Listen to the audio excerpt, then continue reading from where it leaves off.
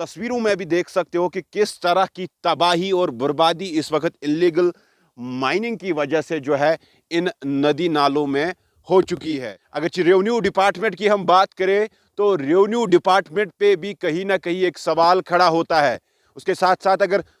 Flood department की हम बात करें और उन पे भी कहीं ना कहीं एक सवाल जो है वो खड़ा हो रहा है। अगर इस नाले की हम बात करें और इस नाले में दिन हो या रात हो इलीगल माइनिंग हो रही है और साथ साथ जो काश्तकारी जमीन है वो जो है वो खरीदी जाती है इन ठेकेदारों से जिनकी मशीनें लगी हुई है, और रेवेन्यू डिपार्टमेंट आखिरकार इस पे चुप्पी साधा क्यों है। अगर हम बात करें फ्लड कंट्रोल डिपार्टमेंट की तो 2014 डिपार्टमेंट को याद नहीं है। जो फ्लड कंट्रोल डिपार्टमेंट है वो भी गफलत की नींद सो चुका है और कहीं ना कहीं जो है जो ज़मीनी सतह की सूरत हाल हमें नज़र आ रही है कि खुदा न खास्ता अगर 2014 जैसे सिचुएशन फिर कभी आए तो लग रहा है कि जितने भी फ्लड जो नालों के नज़दीक जो इलाके हैं या जो कंस्ट्रक्ट किए गए हैं नए ब्रिजेस वो भी जो है बह जाएंगे उस सैलाब की वजह से। अगर और एक सेक्टर की हम बात करें हार्टिकल्चर और एग्रीकल्चर सेक्टर दिन ब दिन जो है कमज़ोर और जो तबाही की देहात पे पहुंच रहा है, और वो कहीं ना कहीं एक बड़ा रीज़न है जिस तरह से इलीगल माइनिंग जो इन नालों में चल रही है उससे हार्टिकल्चर हो एग्रीकल्चर हो उन पे भी कहीं ना कहीं जो है असरात पड़ रहे हैं। दूसरी तरफ से अगर पोल्यूशन की बात करें तो नदी नालों के नजदीक ऐसे कई स्टोन क्रशर्स है जो कि लग रहा है कि रात के अंधेरे का फायदा उठा नालों के नजदीक जो क्रशर्स है। हमें नहीं लग रहा है कि डिपार्टमेंट की तरफ से कोई एनओसी इनको प्रोवाइड की गई होगी, क्योंकि जो क्राइटेरिया होता है एक स्टोन क्रशर के लिए वो कहीं ना कहीं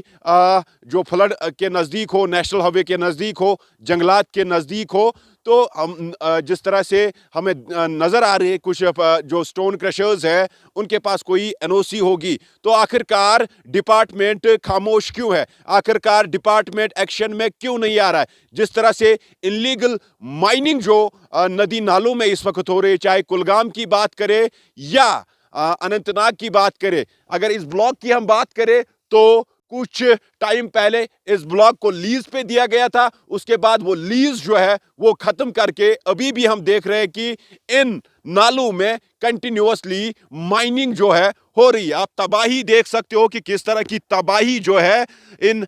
मशीनरियों ने यहाँ पे नचाई है। खासकर अगर कंट्रैक्टर्स की बात करें जो यहाँ पे माइनिंग कर रहे हैं, आप तस्वीरों में भी देख सकते हो कि जहाँ पे मटेरियल ना निकले वो पैच ऐसे ही छोड़ के दूसरी जगह आप देख सकते हो जो कि घास चराई जमीन है, जहाँ पे यहाँ पे ये देखने को मिल रहा है कि ठेकेदार ये जमीन खरीद के एन पे माइनिंग कर रहे। आप मेरे पीछे जो पुल देख रहे हो ऐसे ऐसे हजारों पुल जो है